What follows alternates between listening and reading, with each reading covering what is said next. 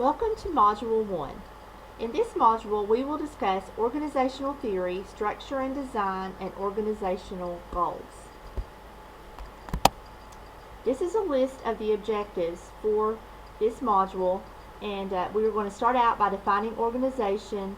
We're going to look at organizational theory and contemporary perspectives, explain the difference between strategic initiatives and operational activities, compare and contrast structure and design in regards to an organization, discuss the importance of an internal audit in regards to an organization's strategic plan, differentiate between long-term and short-term goals within an organization, discuss the different methods used to measure an organization's effectiveness, and describe the purpose of the mission, vision, values, and strategic objectives in the strategic plan of an organization.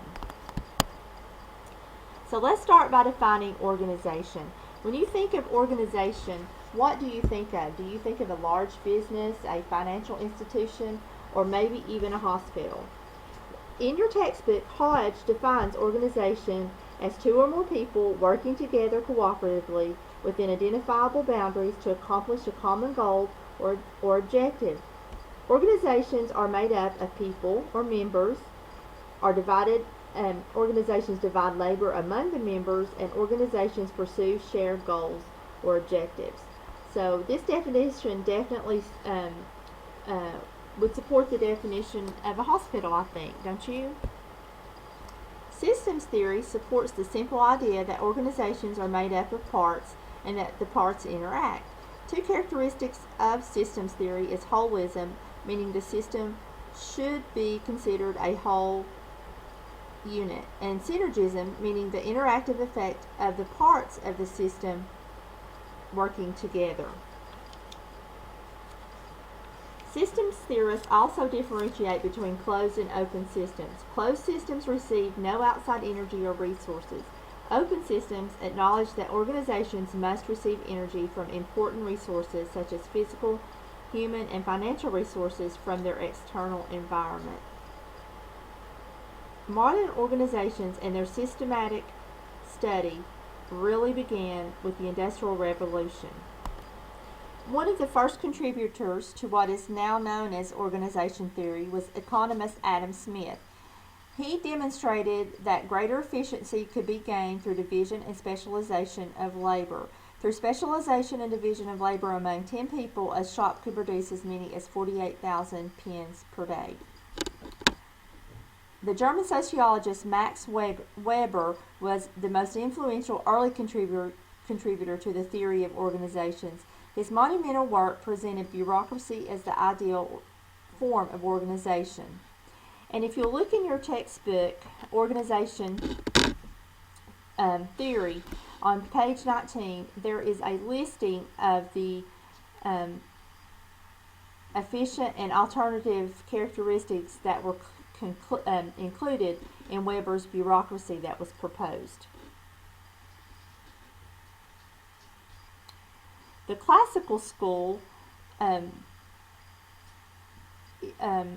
organizational theory was grouped under a common heading, and there were two writers, Frederick Taylor and Henry Fayol. Frederick Taylor focused on rationalizing jobs beginning at the lowest level of the organization.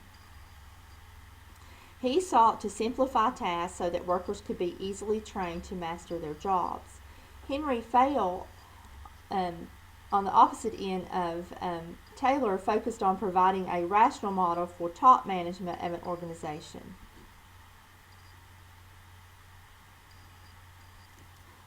Fayol concentrated his efforts on explaining the workings of the administrative level of the organization. The human relations approach to organizations explored the role of groups and social processes in organizations. There were several researchers that have contributed to this perspective, but the most notable works are the Hawthorne studies at Western Electric by Roethlisberger and Dixon, and the works by Elton Mayo. These studies question the rational, efficiency-oriented scientific management views of work.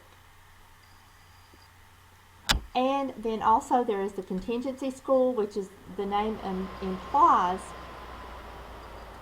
suggested that relationships among organizational characteristics, especially the relationships between structure and size and technology and environment, are contingent or dependent on the situation or context.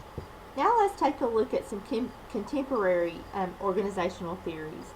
Two theories that are, the first one that we're going to look at is organization economics.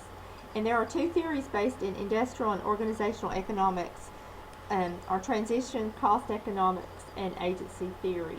And there are slight differences between the two approaches, but their central focus is very similar, and both view organizations as bundles of transactions or contracts binding workers and owners together. Institutional theory suggests that members of an organization tend to bend to social pressures to conform to conventional or institutionalized beliefs. Cultural perspectives, as the name implies, focuses upon the informal aspects or the culture of the organization. The community ecology approach to organization assumes that groups of organizations can work together to control uncertainty in their environments. Population ecologists suggest that these efforts to control environmental uncertainty may be either ineffective or deal with the wrong elements of the environment. This perspective simply states that organizations cannot, in general, determine all of the important environmental threats that need to be managed. This slide discusses some of the challenges that organizations face. This list is also found in your Hodge textbook on page 6. The next two slides defines the concept of strategy. And what's important to remember about strategy is that strategy provides the organization with an overall aim to direct the organization into the future. And the strategy likely impacts the entire organization. A strategy also requires major resource commitments from the organization, and it is future oriented, and it calls upon the organization to do something that it is not presently doing. And in order for a strategy to be successful, it calls for integration and collaboration from many parts of the organization. An operational plan usually affects a smaller group of the organization. It is a lower cost than a strategic plan, and it usually takes no longer than a year to carry out. Then a smaller plan, even the tactical plan, will impact an even smaller segment of the organization. Maybe requires only one or two people to carry it out. There's a very minimal cost. At times there may not be any cost at all. And this is something that is usually carried out over a period of just a few days.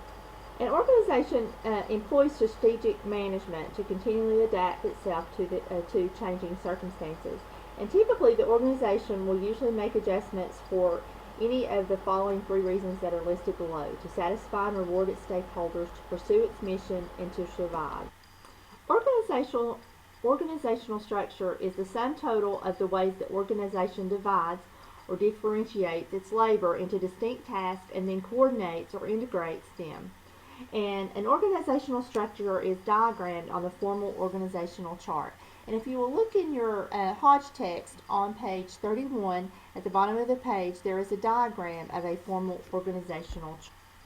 The organizational designs includes the organizational structure, as well as these other concepts that are listed on this slide, which is the unit grouping and size, planning and control systems, rules, policies and procedures, decision making, centralization and decentralization issues.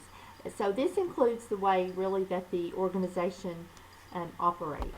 The first step in a strategic planning and management process is an organizational self-examination. It is conducted at the corporate and the SBU levels, and the purpose is to identify both strong and weak assets.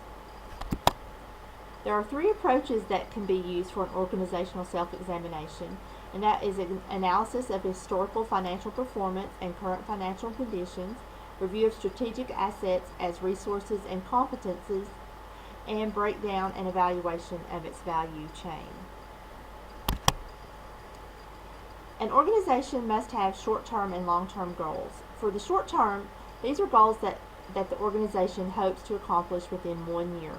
Long-term goals are extended over a period longer than 1 year, and some may continue for as long as 10 to 20 years.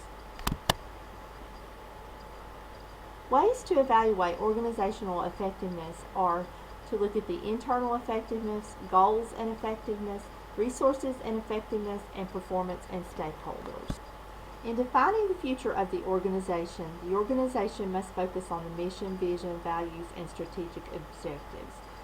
The organization mission is the current purpose for the organization's existence. The mission statement is a concise explanation of what the organization is, what it does, and what it does not do. The mission statement is the starting point for an organization's strategic decisions. Once an organization has established the parameters of its current existence, in its mission statement, it is ready to begin thinking about where it wants to head to in the future. One of the best ways to think about the future is to imagine the most desirable, ideal future state of the organization. The vision is a critical, empowering concept. Values attempt to lay out guidelines for the behavior of employees as they go about conducting the organization's business. Values address the beliefs and attitudes of all members of an organization. Strategic objectives are long-term strategic thrusts that will bring the organization closer to realizing its vision. They are a more explicit and workable statement of the broad, almost generic strategic impulses that the organization would like to follow over the next several years.